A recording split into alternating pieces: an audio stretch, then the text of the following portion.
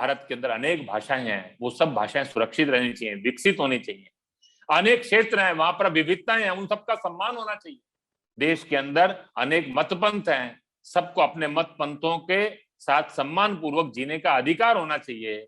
व्यक्ति की पहचान में उसके साथ उसकी भाषा का महत्व होता है, उसके क्षेत्र का महत्व होता है, उसके मत पंथ का महत्व होता है, लेकिन उससे बड़ा महत्व है हम सब की एक पहचान है, हम सब भारत माता की संतान, आपस में सगे भाई, हमारा खून का रिश्ता है, वन नेशन वन पीपल।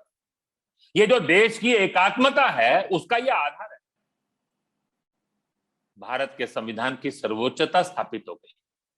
वो संविधान जो है, उस संविधान का जो प्रियम्बल से लेकर जितने फंडामेंटल राइट्स, ड्यूटी सहित जम्मू कश्मीर के लोगों को पहली बार एक जिम्मेदार दायित्वपूर्ण नागरिक के नाते और जीने का अवसर प्राप्त हुआ।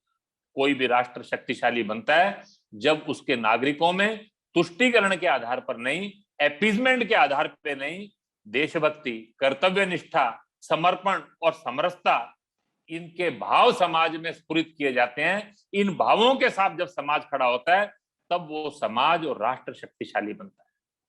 जम्मू कश्मीर के समाज को भी बाकी देश के साथ त्याग, बलिदान, समर्पण, देशभक्ति, कर्तव्य निष्ठा और समरसता के साथ जीने का, एक जिम्मेदार नागरिक बनने का, एक गौरवपूर्ण नागरिक बनने का, देश को देने वाला नागरिक बनने का एक अधिकार ये प्राप्त हुआ।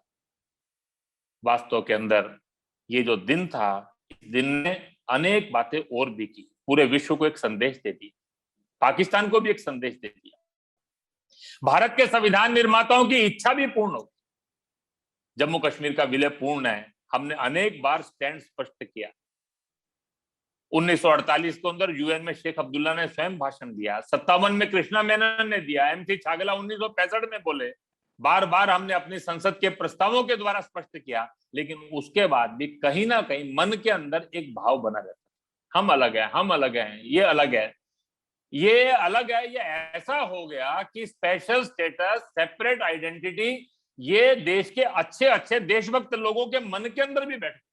वास्तव के अंदर बाबा साहब अंबेडकर के पास जिस समय शेख अब्दुल्ला गए, उन्होंने इंकार कर दिया। उन्होंने कहा, I can not betray the people of my country. जिन्होंने मेरे पर विश्वास करके ये संविधान की निर्माण की ड्राफ्टिंग का काम मेरे को दिया है, इस संविधान निर्माण के अंदर करते समय मैं इस काम को देश के लोगों के साथ धोखा नहीं कर सकता।